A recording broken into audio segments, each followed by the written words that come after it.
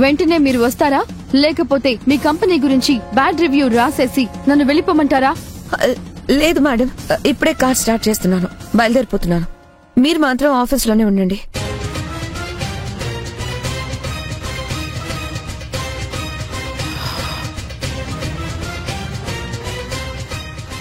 అమ్మయ్యా, ఇప్పటికీ ఈ సమస్యకి ఒక పరిష్కారం దొరికింది.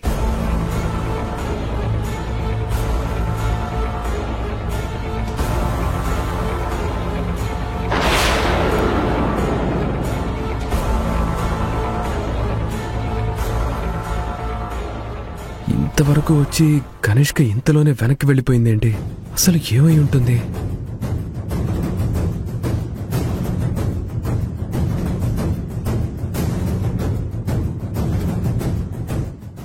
అరే రాహుల్, అక్కడేం చేస్తున్నావురా? ఇక్కడ పూజ జరుగుతుంటే రా. వస్తున్నా నాన్న.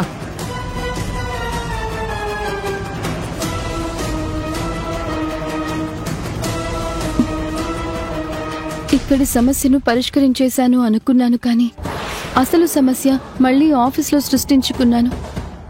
కనిష్కతో నేను ఆఫీస్లో వెయిట్ చేస్తున్నాను అని చెప్పాను. ఇప్పుడు కనిష్క ఆఫీస్కి వెళ్లేటప్పటికీ నేను లేకపోతే మళ్ళీ మొదటికే మోసం అవుతుంది. కనిష్క ఆఫీస్కి వెళ్ళాక నేను ఆఫీస్కే రాలేదని తెలిసిపోతుంది. ఆ తర్వాత నేనెందుకు అబద్ధం చెప్పానా అని ఆరా తీయడం మొదలు పెడుతుంది. అవన్నీ పక్కన పెడితే నేను ఆఫీస్లో లేకపోయేసరికి మళ్ళీ రాహుల్ బాబుని ఇబ్బంది పెట్టడానికి తిరిగి వచ్చే అవకాశం ఉంది. ఈ సమస్యలన్నిటి నుంచి బయటపడాలంటే నేను కనిష్క కంటే ముందే ఆఫీస్కి వెళ్ళాలి. కానీ ఎలా? తొంటకు కదా, పిండి వంటలు వండుకొని ఇంటి దగ్గర ఎంజాయ్ చేస్తుందిలే అనుకుంటే, ఈవిడేంటి పండుగ పూట కూడా ఇన్స్పెక్షన్ ఉంది, కన్స్ట్రక్షన్ ఉంది అంటూ ఏవేవో చెప్పి ఎందుకు వచ్చినట్టు? ఒక పక్క పూజకి నేను ప్రసాదం చేస్తానని అత్తయ్య గారికి చెప్పాను. ఇప్పుడు నేను ప్రసాదం చేయకుండా ఆఫీస్కి వెళ్తే మళ్ళీ అత్తయ్య నన్ను నానా మాటలు అంటారు. ఇప్పుడెలా?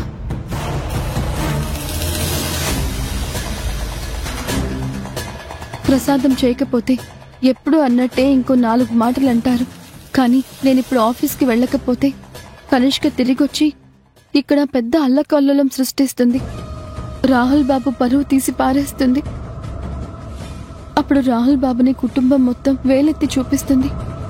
రాహుల్ బాబుకి అలాంటి ముప్పు జరగకుండా ఉండాలి అంటే నేను వెంటనే ఆఫీస్కి వెళ్ళాలి. భగవంతుడా, నా బాధ చూసావా? నా గోడు విన్నావా? ఆ కనిష్క భార్య నుంచి నువ్వే నన్ను కాపాడావా? రాహుల్ ఇంకెవ్వరు కాపాడలేరని అనుకున్నాను, కానీ ఇన్స్పెక్షన్ మేడం ఇండైరెక్ట్ గా రాహుల్ని కాపాడేసింది. అసలు ఇవిడి గారు బాధ ఏంటో ఆఫీస్కి వెళ్ళి చూడాలి. ఏదైతే అదైంది. నేను వెంటనే బయలుదేరి కనిష్క కంటే ముందే తన ఆఫీస్కి వెళ్ళాలి.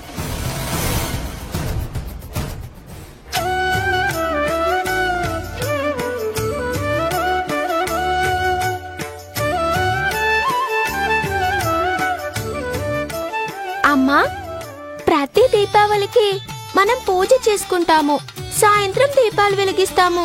అసలు ఈ పండగ ఎందుకు చేసుకుంటాం? పండగలు ఎందుకు చేసుకుంటాము? పిండి వంటలు వండుకోవడానికి, ఫ్యామిలీతో మంచిగా ఉండడానికి. అబ్బో, కూతురు అడిగిన ప్రశ్నకి తల్లి ఎంత గొప్పగా సమాధానం చెప్పిందో.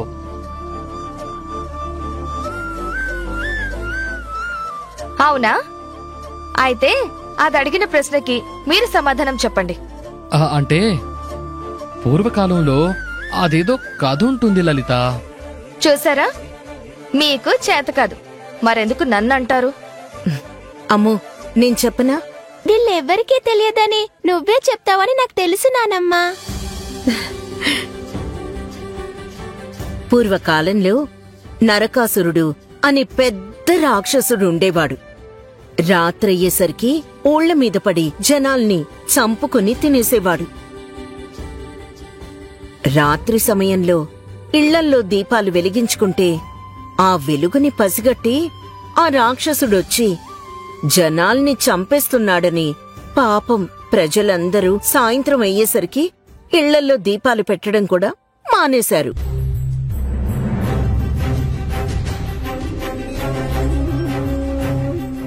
అలా అందరూ పాపం చీకట్లోనే బ్రతికేవారు.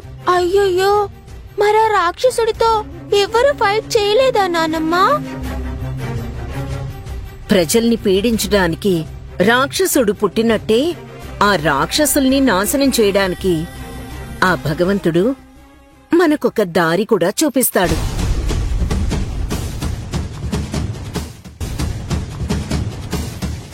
మరైతే ఆ రాక్షసుణ్ణి ఎవరు చంపారు?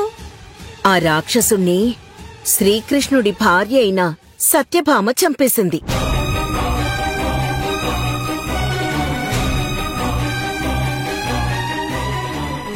ఆ నరకాసురుణ్ణి శ్రీకృష్ణుడి భార్య అయిన సత్యభామ చంపేశాక అప్పుడు ప్రజలందరూ సంతోషంగా దీపాలు వెలిగించి పండగ చేసుకున్నారు.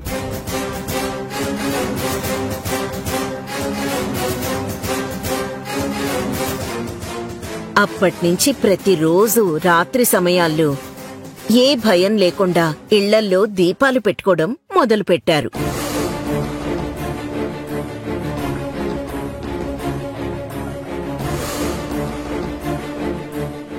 ఇళ్లలోనే కాకుండా ఆ రోజు ప్రజలందరూ వీధుల్లోనూ ఇళ్ల బయట దీపాలు వెలిగించేసరికి అమావాస్య రోజు చిమ్మ చీకటిని చీల్చుకుంటూ వెలుగులు విరిశాయి.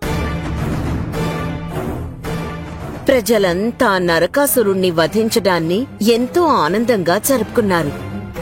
దానికి ప్రతీకగానే దీపావళి పండుగ చేసుకుంటామన్నమాట. కథ చాలా బాగుంది నానమ్మా. కథంతా చెప్పి అసలు విషయం చెప్పవేంటి వేదవతి? అసలు విషయం ఏంటి? చూడమ్ము, శ్రీకృష్ణుడు చాలా బలవంతుడు. అయినా సరే నరకాసురుణ్ణి చంపడానికి సత్యభామ సహాయం కావాల్సి వచ్చింది.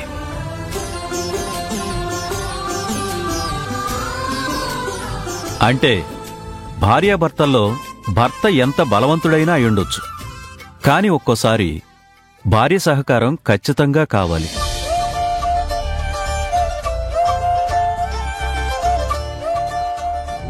లేకపోతే పరిస్థితులనే రాక్షసుల ముందు ఎంత బలవంతుడైనా సరే ఓడిపోయే అవకాశం ఉంటుంది.